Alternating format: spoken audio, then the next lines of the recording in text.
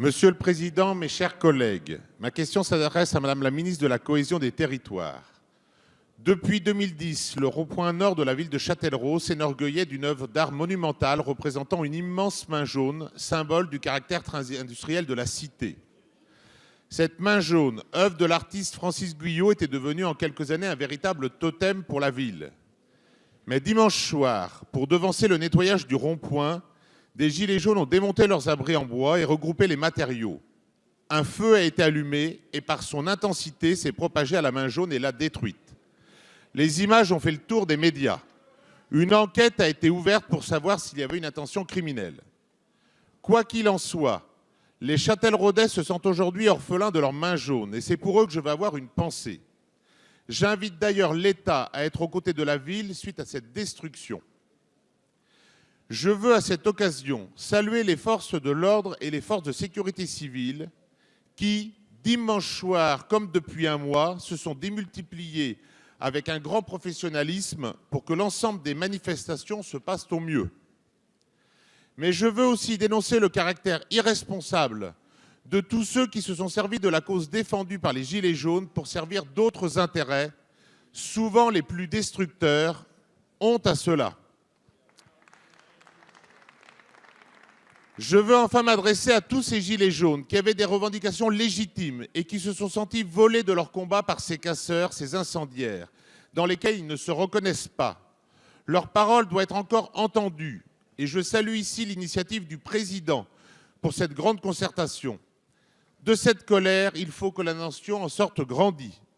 Madame la ministre, pouvez-vous nous expliquer ici comment celle-ci va être mise en œuvre et sous quel délai? Je vous en remercie.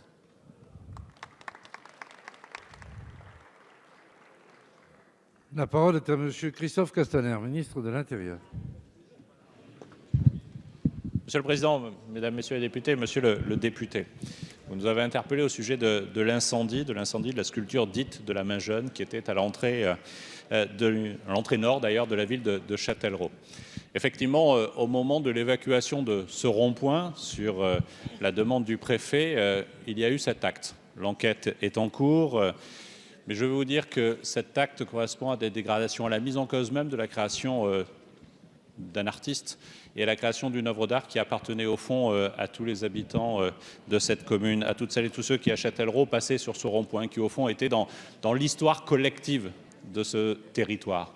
Et je pense que quand on vient à attaquer des œuvres d'art, au fond, souvent au titre de l'iconoclasme, au titre du vandalisme, au titre de la destruction d'une œuvre d'art, on oublie la liberté de création, on oublie au fond la liberté tout simplement. Et on l'a vu dans le temps, on l'a vu dans notre propre histoire, on l'a vu comment les talibans par exemple ont attaqué les bouddhas géants de Bamiyan, c'était en mars 2001. On a vu comment, y compris sur l'art contemporain, on a souvent ces débats qui vont au geste et ce geste qui va à la destruction. Je voulais, monsieur le député, vous garantir que toute l'enquête serait faite, mais vous avez raison.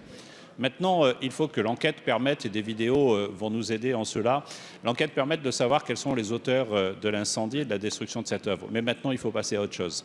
Il faut passer au débat, il faut passer à la concertation, il faut passer au dialogue. Et c'est tout le sens de ce grand débat national que le Président de la République a proposé et sur lequel vous nous interrogez. Il faut qu'il ait lieu au plus près du terrain, avec tous les acteurs. Les Gilets jaunes, bien sûr, mais pas seulement les Gilets jaunes.